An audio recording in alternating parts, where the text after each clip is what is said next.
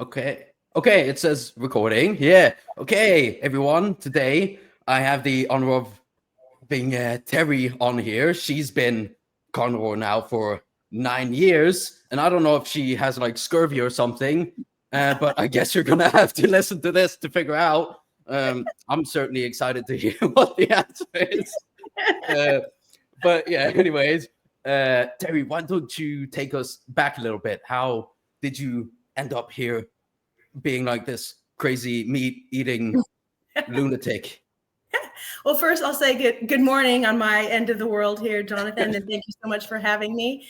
And nope, I'm still waiting on scurvy myself. I'm still waiting on scurvy and heart disease and, going to the bathroom. I don't know if I've pooped in 9 years because I don't need any fiber, Exactly.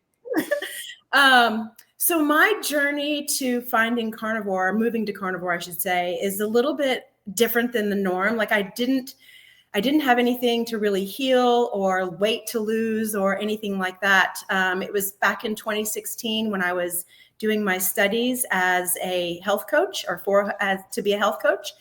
And I remember it was one of the early on lectures that, the lectures are like an hour and a half each, right? And you have to go through so many of them to get that unit or whatever. And early on in this lecture, and as I'm making notes and watching and whatever, and the speaker says, carbohydrates are non-essential. And I remember, I remember like writing that down, and then I paused it and I was like, wait, and I rewound it, and they said it again so that it could sink in. And I thought, does that mean I don't ever have to eat a fruit or vegetable again? Because I've never liked fruits and vegetables. I mean, I grew up, I'm 59. So the fruits, vegetables, I really never ate, but the fruits that are out now weren't even around when I was a kid, to be introduced to them or anything. So most of the fruits I've kind of eaten as an adult, and they're okay, but they just don't satisfy me like meat. I've always been very beef heavy, a beef lover, and also animal fat. I've always been full fat dairy with a short stint on low fat, no fat when I did Weight Watchers for a while, which was not fun at all. But so literally that next day, or maybe even the next meal, like I dove headfirst into eating carnivore. And at the time, I really wasn't eating too many fruits and vegetables to begin with, but they kind of sticking them around just in case, blah, blah, blah, whatever. And it was like onions, avocado, strawberry, tomatoes, those types of things. And I dove in headfirst the next day, and it's just been the most sublime experience for 9 years to know that you get to eat your favorite foods for every meal. I still can't get over that, and I'm grateful that I was a meat heavy and fat heavy person because, again, they're just so nourishing and good for us. And finding out that I'm not going to die from scurvy or a heart attack at 55 or something, from eating this way. That's what I would say to all my friends and stuff or family when we go out to eat. Because I was the one that would get a burger with, half the bun, no veggies, cheese and bacon, and maybe some avocado, and then my French fries for my vegetables and my ketchup, because that's vegetables too. And I would just say, I can't eat that salad. I don't want that salad. I'm going to gag on that salad or that chicken breast or whatever.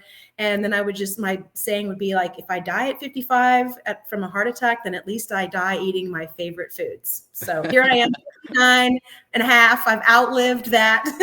Still going strong, better than I was 20 years ago. Yeah, I really love that. So you pretty much just like followed your gut feeling on what tasted good to you. Yeah. I had an early on experience. So like for me, sweet potatoes have never tasted sweet. Like they've always tasted, literally they've always tasted like poison to me. They didn't taste like a food. And so I remember just like something inside me said, this food isn't for me. That's what I would say. Not necessarily for the general public, but I'm like, my ancestors must have not eaten this. Mine must have been the Neanderthals that ate only meat or whatever, whatever I was thinking as a young kid. And, but now, and then also trying to really honor the fact that that food doesn't taste good to a young palate really speaks volumes. Because if we're supposed to be eating those types of foods, then certainly nature would have primed us and made these things like palatable and you want to eat them versus me tasting like it's poison. You know, it tastes like I licked a battery is how sweet potatoes taste to me. Yeah, actually, like not with sweet potatoes specifically, but for me, I always remember my mom, because she believed it was so healthy. She always tried like blending celery into the food she made. And I remember as a child always telling her, like begging her over and over again, like, please stop putting it into the food. It's like both the smell and the taste is ruining the whole meal. I can't eat this stuff. It's just so awful. And of course, now I'm seeing why, right? Your body's trying to tell you that this isn't good for you. People are just kind of, I don't know, you're kind of conditioned to think that that stuff is healthy for you, like all the greens. And of course, if something's green or colorful, of course, it makes sense that it's good for you and all that. But I'd love actually to hear more about, so when you made the switch, right? Did you notice any like big changes? How was that whole transition? Let's see. You know, so for me, when I first started eating like low carb, high fat, I was in. I joined a migraine group to learn how to control my migraines or learn to eliminate my migraines. And the protocol that they have in there, there's 2 of them now, but when I first started, it was just a low carb, high fat. And interestingly, for the most part, I ate on that protocol at the time. Like she still included like sprouted grains and potatoes and starches were still included. And I did literally heal my migraines overnight, or, you know, whatever. I got rid of my migraines overnight. The one thing that was missing was the salt component. I never used salt because salt was the enemy, right? And so then she started a keto group and I moved over to the keto group, and that's far less, you know, carbs than a low carb, high fat diet. And so it was actually doing the keto diet for about 6 to 9 months, somewhere in there, that my hypothyroidism was fully reversed. And I was just like, wow, this is pretty crazy. Like I haven't really done much, but pretty much kind of removed the starchy, you know, vegetables. And I felt super good doing that. And it was a high fat, like it was more a nutritional ketogenic diet. So there wasn't a whole lot of protein, but I will say when I started the carnivore diet, I moved over to like a keto carnivore. So there's definitely more protein, right? More meat in a keto carnivore, at least the macros that I followed or whatever. And I noticed that the highs, like the total energetic feeling of ketosis and the ketogenic diet came down a little bit, which I was actually grateful for, because at some point I would almost feel like a deer in the headlights because my brain was so hyper focused and could get so many things done. And I didn't necessarily like that so much because, I mean, you know, at 51, 52, I kind of was, you know, not that I wanted to slow down like an old person, but like I didn't need to go 90 miles an hour, you know, a million miles an hour. So that I really liked, the fact that I was more in an even state of energy, I should say, versus like more at sometimes the day because of, you know, being deeper in ketosis or what have you.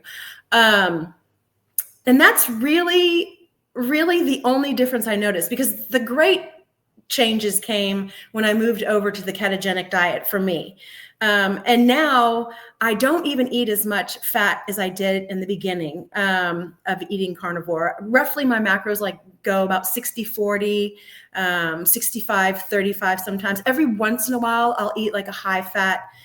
I hate to say it a snack because like I don't OMAD. I don't 1 meal a day. I usually do 2 meals a day, but sometimes my first meal can be 1,500 calories. It just depends, you know? And again, I don't believe in SECO or anything, but I do track my calories because there was a time that I tended to not eat enough fat and I couldn't understand why I felt lethargic and almost hypoglycemic.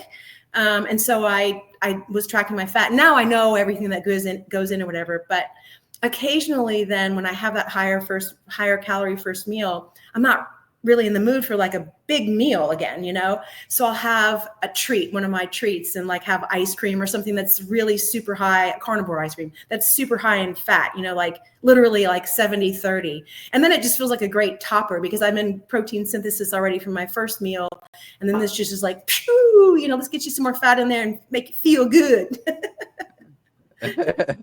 Yeah, I've actually, now that you mention it with like the fat percentage going down, like I don't track anything myself, but like thinking about it, like I think I have like naturally kind of shifted towards having a little less fat in my diet just naturally. Maybe it's because I don't have that much to heal anymore, something like that. That Right. I don't need all that fat. I'm not sure. But yeah, you talked about like hypothyroidism, right? And migraines. Did you have any other issues before you did all this low carb stuff? Oh yeah, I mean, I was so after the birth of my second child in 1991, I spent I ballooned up. I didn't really lose much of my baby weight, so I was overweight and I was extremely depressed. I actually was suicidally depressed when my son was almost a year. I mean, I was planning it and everything. I was very close to it, and so luckily, I don't know how this happened, but I talked to my mom frequently, and I just kind of told my mom. One day we were in the middle of a phone conversation, and I just blurted out, I was like, "Mom, I want to kill myself," and I was just like, "Where did that come from?" Because it's. I didn't feel shame so much because I was so inside my head, and my brain, my body just kept saying, "You're a horrible person. The world would be better without you. You just suck as a mom. You suck as a wife. You suck as a human. And you don't need to have anybody spend 1 minute of their time thinking about you, worrying about you, and the world would just be better off without you." And that's 24/7 going in my mind, and to where I finally was planning it. And I was a couple days away from it. And I would every so often, not very often, but every so often would have a lucid moment where my real brain, not my sick brain, would kind of pop in and come online and say, "You can't do this. You have two small babies. What will they think? They will think it's because of them." Right. And that's the only thing that kept me going, was that. And it got to a point where I just thought, no, because I'm a terrible mom and they're going to be way better off without me. So anyway, shouting that to my mom, then kind of brought somebody else in, and then I felt accountable, and I couldn't do that to my mom. So I ended up joining Weight Watchers, is when I joined Weight Watchers, and I lost a little bit of weight, and I was eating better, even though it was low fat and chicken breast and that sort of thing. I wasn't eating my kids like leftover grilled cheese corners or their French fries, the garbage that I was feeding them. That was easy. And, as a mom, and I just didn't know better back then.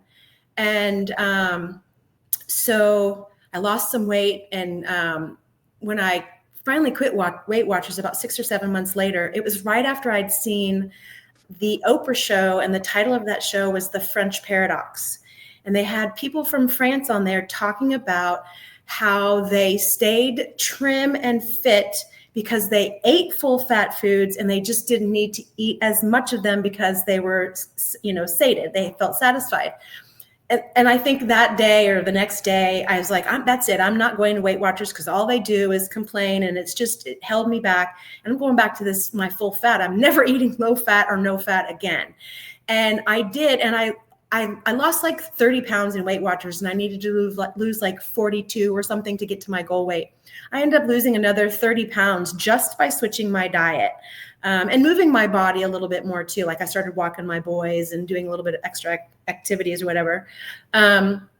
So I had some still lingering depression along the way, like blues, I guess you would call it, but then some days heavier than the blues. And that can create some anxiety. And those two things have completely gone away when I started eating. I didn't notice it as much eating low carb, high fat. Of course, I didn't eat that very long.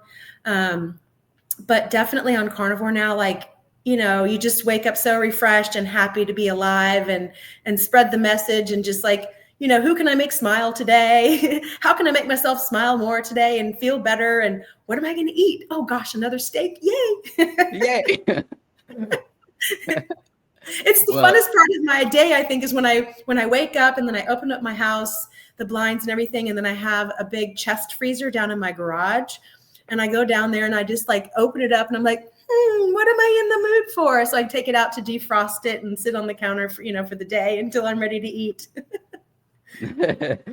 Well, yeah, definitely a lot of the stuff you were talking about resonates a lot with me, like the depression stuff. And you walk around, if you haven't experienced it yourself, right, it's hard to imagine what it feels like, because it's like, it's not just something you like make up in your head. You seriously do walk around just feeling lost and sick, and you have no hope, like there's nothing you can do about it, right? Yeah, it's a very strange feeling, and it's definitely something you see on the rise nowadays too. uh and yeah, if only people knew how easy like resolving it could be, that like actually changing your diet could Mhm. resolve this thing for you. And yeah, that's lately I've seen so many like people actually trying to go like the diet route for that sort of thing as well. But the Mhm. problem is like the messages you hear all the way in the front, they're so wrong. Right? Yes, yes. Yeah. Yeah, I remember my mom. I had two small children, and I was, in the early stages of my, my marriage, whatever. And so there would be no reason to be depressed. And I mean, as a young child, if you had, a good household and nice parents and all that kind of, and all the love in the world, and you still have depression.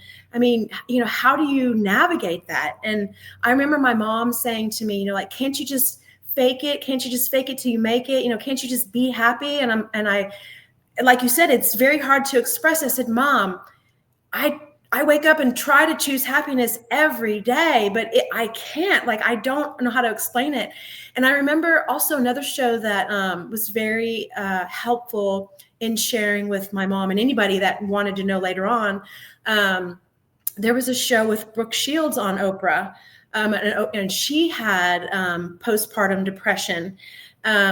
And then there was one woman, what's her name? I can't remember her name all of a sudden, but she's from here in Texas, and she ended up killing like 6 of her babies because she had postpartum depression. And like, I had those types of intrusive thoughts as well. Like I would be walking my kids around the neighborhood and then like go to get the mail or something, and a car would come by, and my brain would be saying, don't throw the babies in the street. Don't throw the babies in the street. And I'd be like, what? That's not even a thought what is that? And that's scary. I mean, I'd never heard of that. So when I saw Brooke Shields come on with her big time, same type of intrusive thoughts, I said, Mom, watch. And that's exactly how I felt. She explains it beautifully, and with no judgment or anything. That's how I felt. And it lasted a year. I mean, it lasted until I started Weight Watchers and started losing some weight. I'm probably getting away from the major processed crap food, So moving from standard American diet to even veganism can be a healthy switch for a while, because veganism is much healthier than the standard American diet, which is not saying much, but, it is a better way to eat. Yeah, definitely. Even though, I mean, we wouldn't say it's the best approach. No, Uh, never but been definitely, vegan, never tried, never interested. I'm happy to hear that. Also, I'm so happy to hear that you found this better path in like the meat-based sort of realm. You're such a wonderful person, and I'm so happy to have met you. So I just wonder, like, now that you are doing this whole thing, uh, how do you navigate it day to day? Because you make like all these recipes and stuff. They look really fun and look Hey, amazing in your photos and all that. Yeah. thank you. So the recipes thing got started because of this migraine group that I'm in. And so there's 2 ways of eating: the low carb, high fat, or carnivore. And the group is like 20,000 strong. So just with my experience in being an admin in that group, which I have been since 2016, sharing my own experiences the way that I love carnivore, and you get a lot of feedback of that. I can't stand this, or I don't like this, or I can't do this, or whatever. And so it was a way for me to help the members in the group want to eat carnivore, make it sustainable, make it fun, make it different, make it, full of variety, so that they would get on board and maybe be a little bit happier with it than they were to begin with. And over time, I think that now, like I literally look at anything and everything and say, how can I carnivorize that? You know, like the holy grail for me was to find like a bread like, or, you know, something to kind of mimic grains, right? Because grains are just amazing, right? Cakes, cookies, all that kind of stuff. And so like once if I found that, then like all things would be reachable. Well, you're never going to find that because it doesn't have any gluten in it. So you're never going to have that same mouthfeel or that sort of thing, whatever. But so that was kind of how my recipes creating got started. Like I don't have any background as a chef. I didn't create recipes as a housewife. I cooked and everything, but like if I made a cake, it was a Duncan Hines cake. I didn't make it from scratch, you know, so I didn't have any prior experience.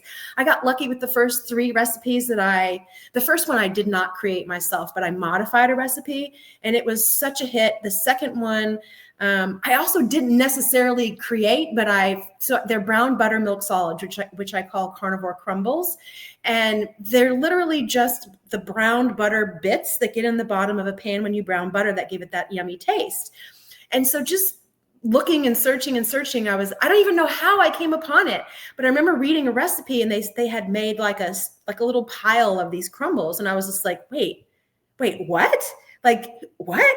And so then I just kind of amped up how they made them so that I could get like a big pile, like a huge pile now, you know, like 3 cups worth at a time, whatever. And so those things also like were a hit, like, you know, and then the third thing I created came out also just smashingly. And I think I just kind of got really confident, stupidly confident that like, hey, wow, you've got something here. You got a talent. I've had lots of failures since then, lots and lots of failures, and they're depressing, but then, you know, the next one works. And so it's a hit or whatever. And then I just thought, you know, I wonder if anybody outside this group would be interested in these, because I didn't really see the types of treats that I was making out in the general carnivore space. Like everything out in the carnivore space is really pork rind heavy. It's even like beef protein powder heavy, even cream cheese heavy. And there's some parameters with following the protocol because we very much track our sodium and our potassium, because that needs to be in a certain balance for us to maintain migraine-free status. And pork rinds and cream cheese are very high in sodium, so they're pretty hard to fit into one of our meals to balance.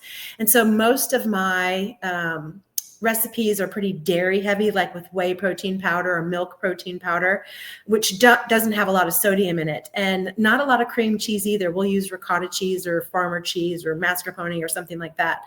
So, and I've had a lot of success with, you know, lots of other people outside the group, whatever, enjoying my recipes, and which led to a lot of people kind of pressuring me to, you know, write a cookbook. And I'm like, definitely not that at all. And then I just kind of looked around and I'm like, okay, you have about 250 recipes. So let's go ahead and we'll put together a quick cookbook really quick. So I did that last year, and I debuted that on World Carnivore Month, the first day of 2024.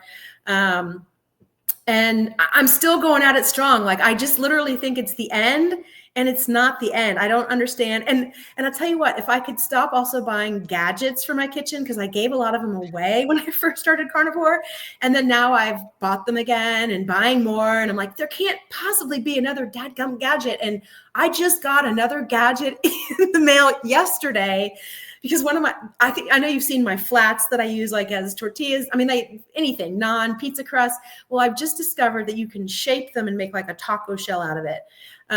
And so I bought like a little corn tortilla taco shell maker, because they don't really come out the greatest in my air fryer. So there's another gadget. I'm like, you just need to stop already. But, you know, you never know who's going to want that or think that's fun, because not everybody has to buy the exact same gadgets. I'm the creator, so it makes sense, you know, but it's ridiculous. Yeah, I definitely. I'll put the cookbook below this for anyone who wants to have a look at it. And I definitely think it's so great that there are people like you making that stuff out there. It really shows that, you know, your mind is the limit, right? The sky is the limit to what you can do. It doesn't have to be boring, really. You can. It's just whatever idea you have in the kitchen, right? You can make it work. Exactly. And personally, for me, right, I just get some ground meat and eat You it. have the But easiest way.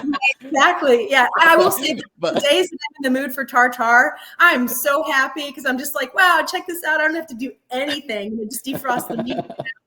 And one thing in I don't know, I couldn't have known it was forethought or anything, but unbeknownst to me, so I've had egg aversion a couple of times over my carnivore years, and it really stinks when that happens because they're just such a quick, easy thing to add to any meal or by themselves. You know, eggs are just so awesome.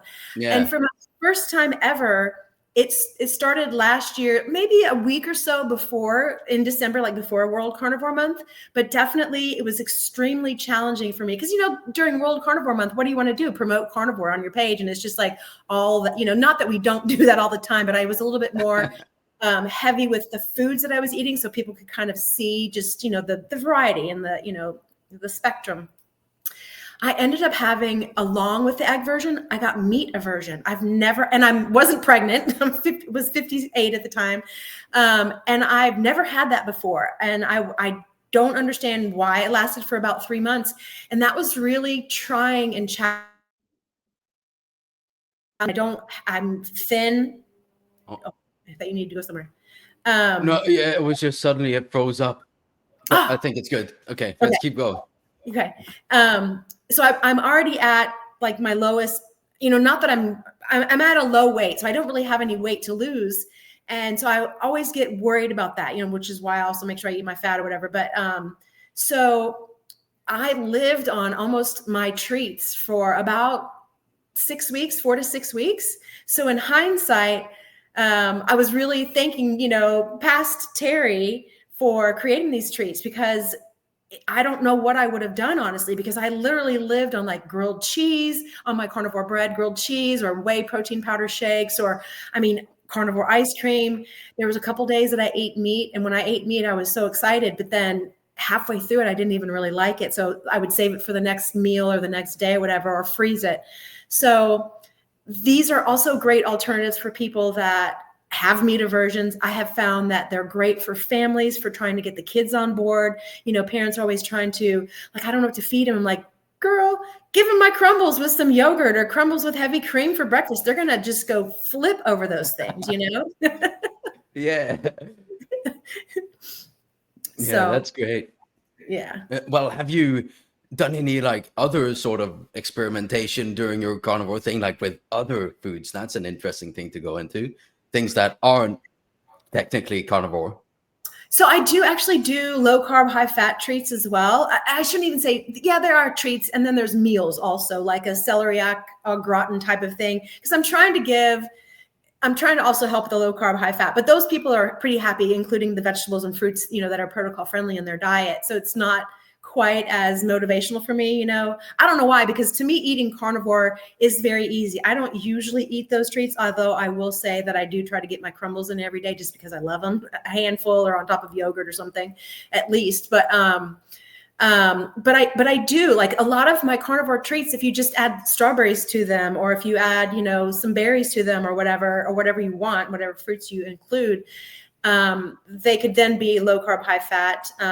If you like, I don't really use I don't use sweeteners in many of my treats is what I'm trying to say.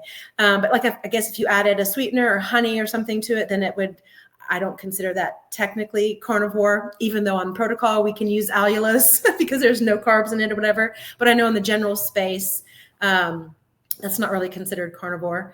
But like they're going to be very heavy. I guess you could say they'd be vegetarian treats because they're really heavy carnivore. Oh gosh, sorry about that. Really heavy carnivore, but with a little bit of fruits in there, you know, or veg in there. Yeah, so you don't really like experiment with your own diet Oh, my much. own diet. I'm No. sorry. Yeah. No, that's You know, every once in a while I crave onion. So I'll have some onion. I haven't craved garlic in years. I don't ever get that anymore. I will say that like right now I have an onion that I just had to throw away. It sat on my counter for about 5 weeks and started getting bad. I'm like, okay, which is, you know, kind of typical, whatever. Like last night I ate dinner at my parents' house and my mom made sloppy joes. So in the sloppy joes, a little bit of ketchup, a little bit of pickle relish, and a little bit of Worcestershire sauce, which, isn't the greatest, but I put that on one of my carnivore flats and just rolled it up. And I had a whole corn on the cob. So, and I felt pretty good after it. I didn't feel hypoglycemic. I didn't feel any bloat or anything like that. I had a little bit of fruit salad also that had some bananas, oranges, an apple in there, maybe some berries or something. So I had probably about 5 little pieces. And every once in a while, so last year for Thanksgiving and the year before, 2 years in a row now, I have decided I'm just going to eat whatever looks appealing, which, isn't a whole lot. The skin, I always get the skin off the turkey. I'm always there, hoarding all that. But then, so I took a tablespoon of anything else that looked good that's not carnivore. And the way I've kind of always gone about it, and I even started off carnivore this way, through my carnivore journey, if it looks good, then I'll take a bite. And if I like it, then I'll maybe take another bite. And if I like that and I want another bite, I'll take another bite, kind of thing, So put the tines in my fork and the mashed potatoes, and I would take a little bite and be like, that's good. So I'll take another small bite. Or I'm like, I don't want that, So all said and told, I probably ate a total of 2 tablespoons worth of non-carnivore foods. But they really just don't appeal to me. They don't really look like food to me. Decoration maybe. But mostly no, I'm a pretty diehard carnivore, but I do include spices in my carnivore eating. And I also include dairy. So I know a lot of carnivores don't include dairy, and maybe just the carbs from the dairy are enough to offset any, glucose side dishes from plants that I may think I want. Yeah, because it's funny how people tolerate such different spectrums of things, right? Because for me, just a little bit of something else. I had an experience once with my grandma accidentally putting a little bit of black pepper into the food she was making, and I actually got sick for a week, and it was just a tiny bite I had. Wow. So it's pretty crazy, right? That different people can react so differently to the same thing. But I guess that depends on where we come from, and of course everyone's a little bit different and all that. Right. Yeah. That's interesting you say that about black pepper, because so one thing that I made, I don't know however long ago, whatever, but I made a deli style roast beef. And so I dry brined, an eye of round, whatever. And the spices that I put on there, rosemary and black pepper in particular, I was rubbing the spices on there, and my eyes started watering, and my throat didn't close up, but it just felt weird, it was tingly, and it felt like I was not able to get enough oxygen out of the air around me in my kitchen. And I thought, well, this is just strange. I didn't really know what it was, but something in there, with the rosemary I kept thinking, is it rosemary? I'm like, how can that be? Because I put that on my steak, So I went and put that in the fridge to dry brine overnight. And then when I woke up the next morning, I could still smell that in the air, and I still felt assaulted. So, and before that, I had already stopped using black pepper. It just didn't appeal to me. It was just too strong for my palate. So now I don't use black pepper, but I don't ever use rosemary now when I make my roast beef, because obviously I've become sensitive to it, or it's just showing its true colors, that my body was like, yeah, no, we never really liked this, and this is why you have this all those times, So, but it's very strange to have just 2 years ago. And I'd been eating this way for 7 years, and I have found that my spices that I like are becoming fewer and fewer. Whereas before it used to be onion powder and garlic powder on lots of things. And now it's I can't, the only time I use my garlic powder now is if I use on my mushrooms for my steak, and that's it. And it's the amount that I put on there is less and less every time too. So just naturally we wean off those things. Yeah, that's very interesting though, that you even keep even this far in, you keep noticing your sense of taste changing, which is I feel like a lot of people actually say that both their sense of smell and taste just changes over time, that when you walk past those things that you used to love, they don't even appeal to you, and when you see them, it's almost like they don't register in your mind as food, right? It's not even Yes. food anymore. No more Pavlovian response when you go through the bakery section at the grocery store. Because like when you walk into, I don't know how it is there, but in the States, you walk into the grocery store and the first thing pretty much is like the bakery. So you just get, those smells.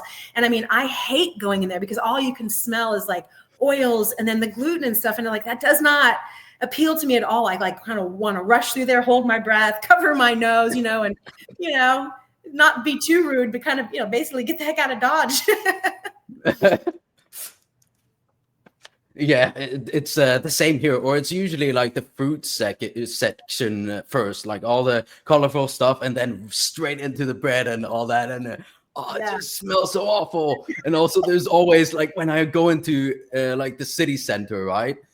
There's always this like donut or like churros stand there, and you can smell it like a mile away, and it's so awful. I just go, please. But like yeah, do you have any during your whole like journey, have you run into any challenges and that stuff other than like just things smelling awful when you walk? Well,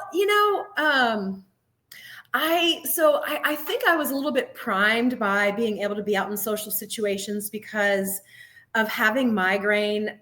Things would kind of already bother me, like especially like there's something we have called prodrome, which like makes you sensitive to sight, sound, smells, anyway. And so like if I was out, and I'm going to just be really honest here. So like when you're in this migraine pain, you get a little apathetic because you're in so much pain and you just don't really give a crap about things. You just want this to go away. And so like if I was out with friends or whatever out and would just be like, just give me this. And, I wouldn't even notice if people said anything or had any, faces that I was just getting this, meat or whatever. I think one of the hardest things is trying to explain to servers that you just want just the meat. You don't want, I don't care what the chef says about needing presentation to be pretty or whatever. Just getting just the meat. And sometimes I've had a little bit of pushback from family, like my parents may be a little bit worried, which is a little bit comical in a way because I strongly feel that my eating habits were ingrained in me as a child.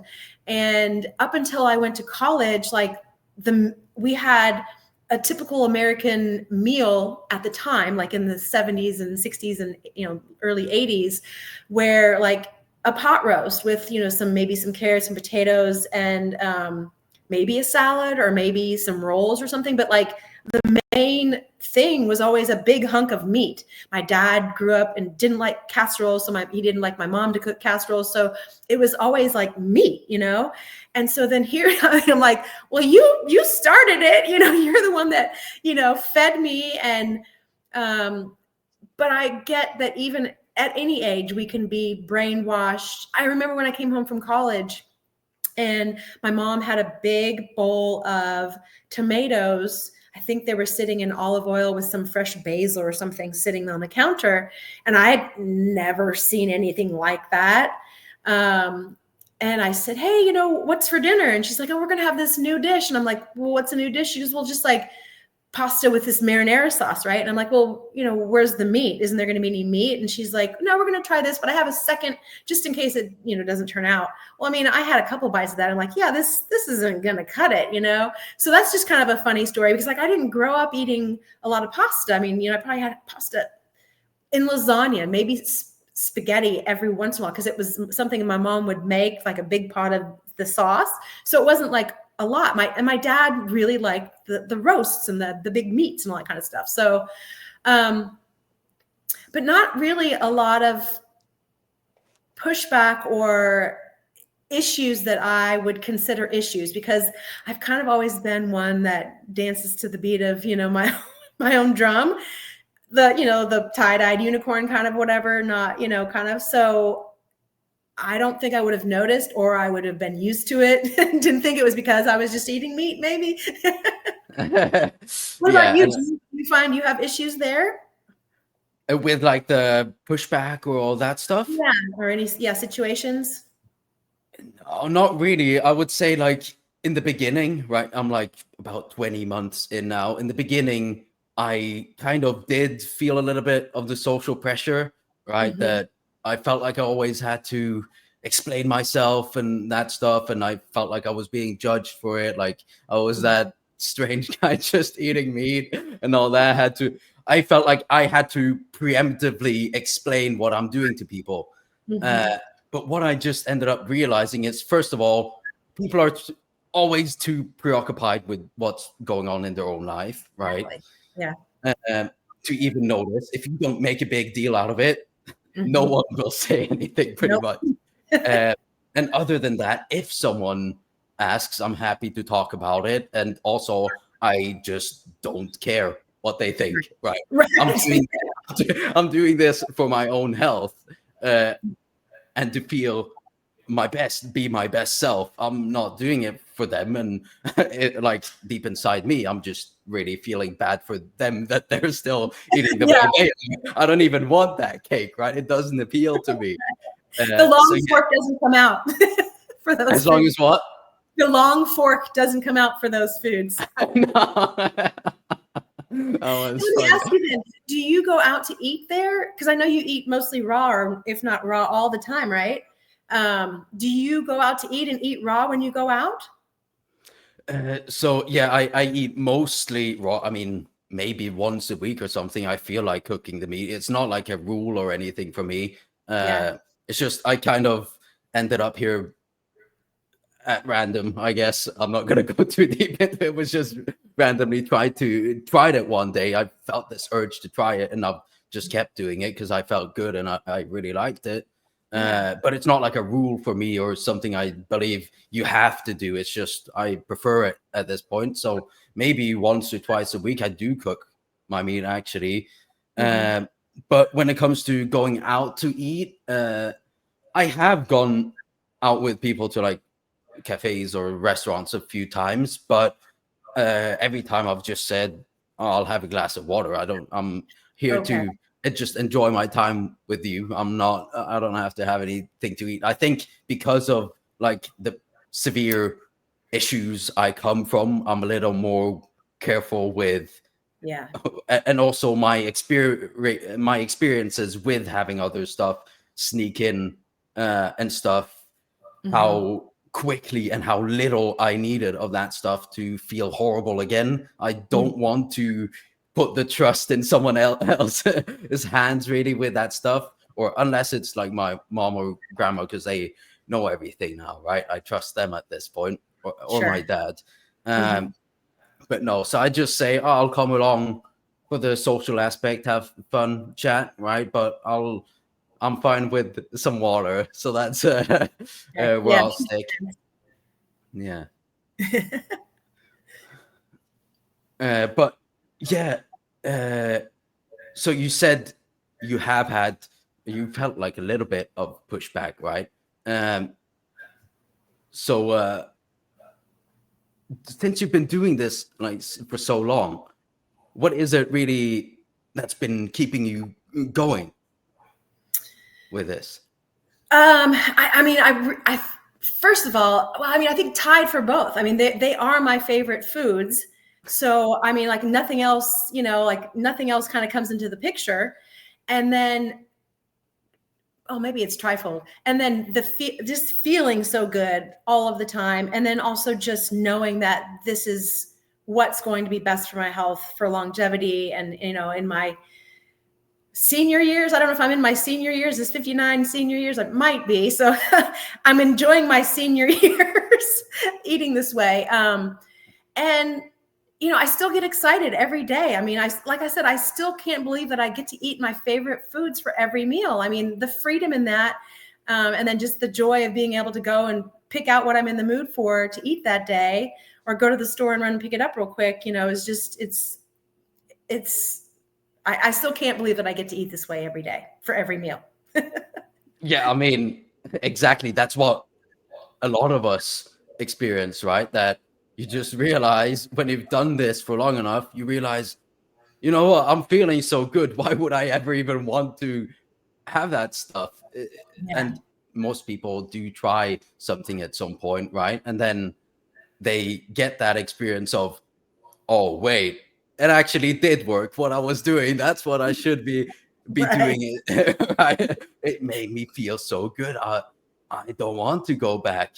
Um, I don't know where I was going. I kind of lost. That's okay. You know, I will say there's I have it was it last no, it was this 2 summers ago. I was born in Bismarck, North Dakota, and we were up there visiting I was up there visiting with my family. And there's this place, I'm sure many people in the States have heard of Big Boy, and they're franchised. So each one of them is different. And the one in Bismarck I've been going there since I was a small, little, tiny child. Okay. And I've never gotten anything different.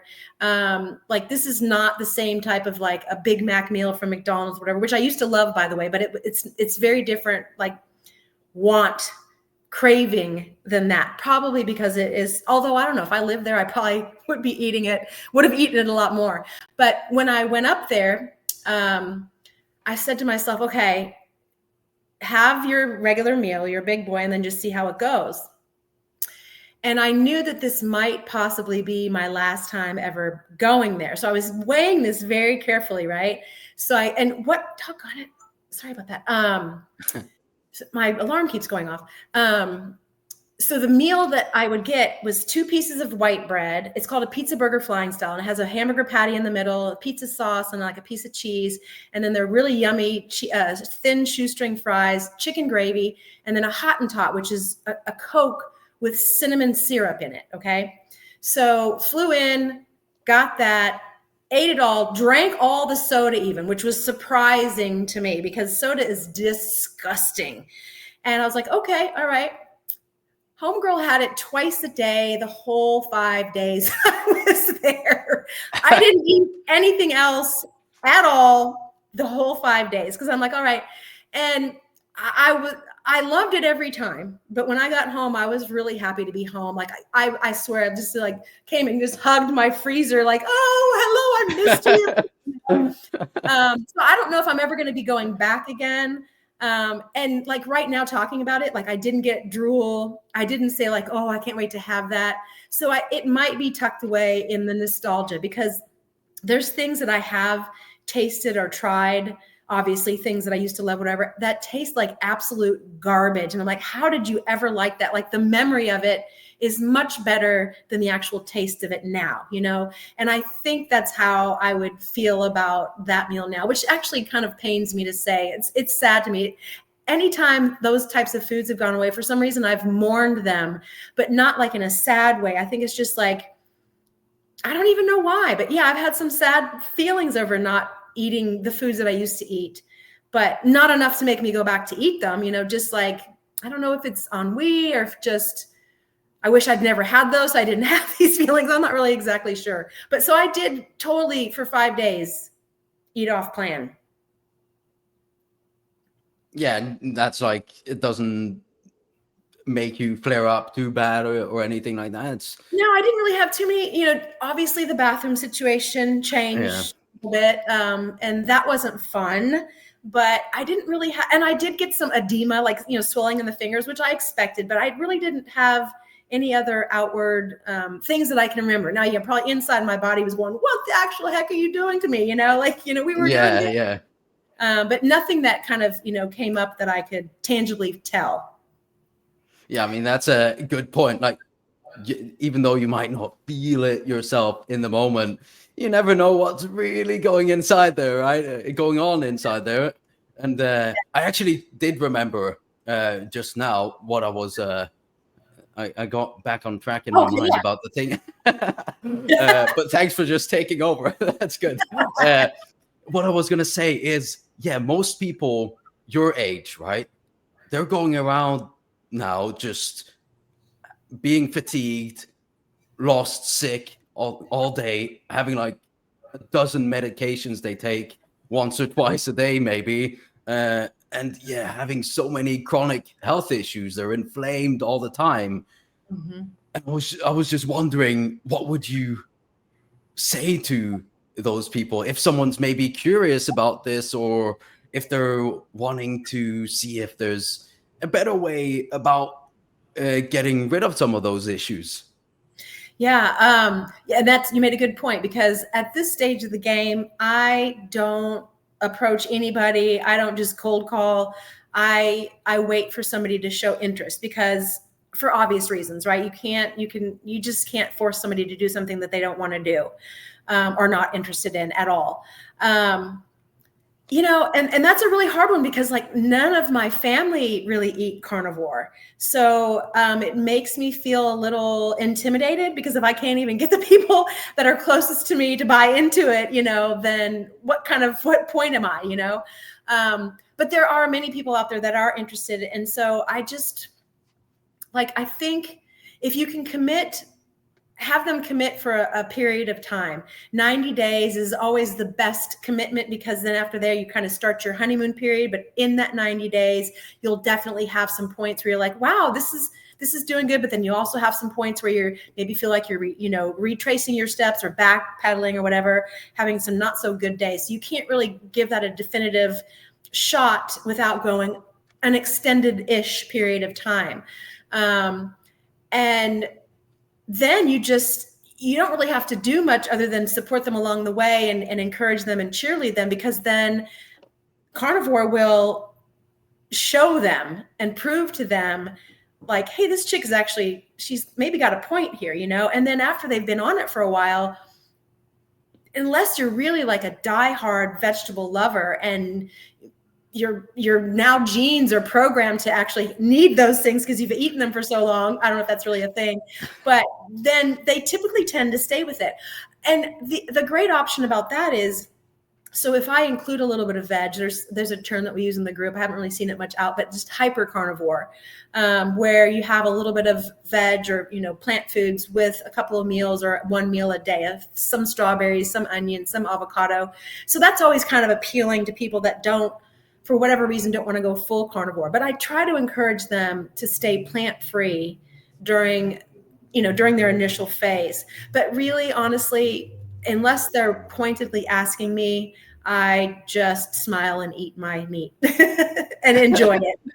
Yeah, I think that's really the best way of going about it, right? Just standing up as a good example yourself, because no preaching about meat is going to make anyone ever go carnivore, right? That's not going to happen. You can't just sit there and force feed them meat all day long. That's why I did that reel, in my bacon and eggs bikini. It's like, here I am, 59, no medications. I don't go to the gym, which somebody said, oh, wow, what kind of health coach promotes not working out? I'm like, yeah, so I said I don't go to the gym. Big difference in working out and going to the gym. You know what I mean? Like, there's plenty I can do without the gym. But that was kind of basically what and no fiber, all that kind of stuff, no medications, just to kind of showcase like, this is my body at 59 eating this way for 9 years. And yeah, like you said, still waiting on the scurvy, still waiting to whatever, get my arteries clogged from saturated fat and all the other weird things that people talk about, like my doctor for the longest time, doctors over the years, because I've always had great cholesterol, would tell me, you need to go eat like a bacon double cheeseburger. And I'm like, I do. That's pretty much, like I eat them a lot, So I've always had good cholesterol, and I have even better cholesterol now. My HDL got higher and all that kind of stuff. So good stuff,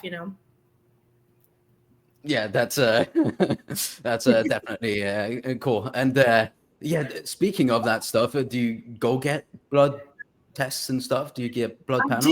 Yeah, I do. I've been doing that for about 8 years, I think. Because what I found actually, so I wasn't taking any supplements. I took supplements a long time ago, and then quit taking those because why? I mean, like 20 years ago, I quit taking them.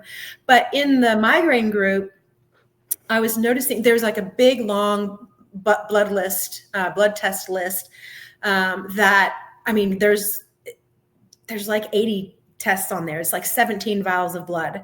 And I was, in the beginning, despite eating carnivore, I was still experiencing like being cold and just having some issues that didn't pan out with the way I was eating. So since I'd already healed reversed my hypothyroidism because it was autoimmune in nature.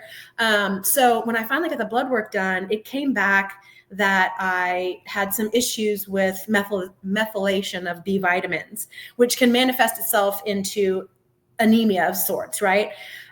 Various types, whatever. So not that I was anemic, but I just had issues methylating vitamins. And so once I added what I needed based on my blood work, then now I don't have those issues anymore. And I just go get routine blood work every year just to see if something has changed or something has improved. I have my EGFR has been like borderline stage 2 kidney disease, like at 60 for a really long time. And it's still there now. And I don't quite understand why. But I was on a medication. I have something called hyperhidrosis, which is an excessive sweating genetic disorder, whatever. And so I was on a medication to help that, which totally helped me. But it was an anticholinergic.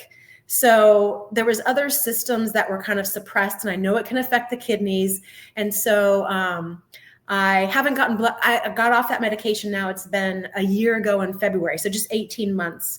And I still, my last blood work, I still had some EGFR like at 60. And I'm like, okay, so my goal this year is to improve my EGFR. Being off that medication, I've started adding a little bit more salt when I drink my waters to kind of help my kidneys a little bit, I hope. And if that's not it, I don't know what I'm going to do, because I think at this stage I should be able to have really good working kidneys, and I don't understand why I've had that. Or maybe that's just genetically my issue, that if I were to continue on standard American diet, I would have some, kidney issues, the real kidney issues versus this, So, but yeah, I think for me and what I've seen, like for me personally, and from what I've seen from all the 20,000 people that get their blood work done in the group, and the group leader assesses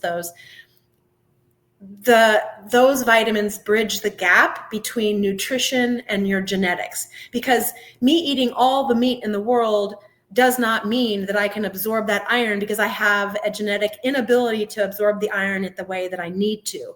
And so taking the B vitamins that I need to then augment that absorbability, and I run at optimal speed now. Yeah, that's great to hear. And I think there's actually a really good point in what you said in there, like when you mentioned the medication and stuff, that people who do end up having some issues during their journey in carnivore, right? I think often people like automatically jump to, oh, it must be the diet. But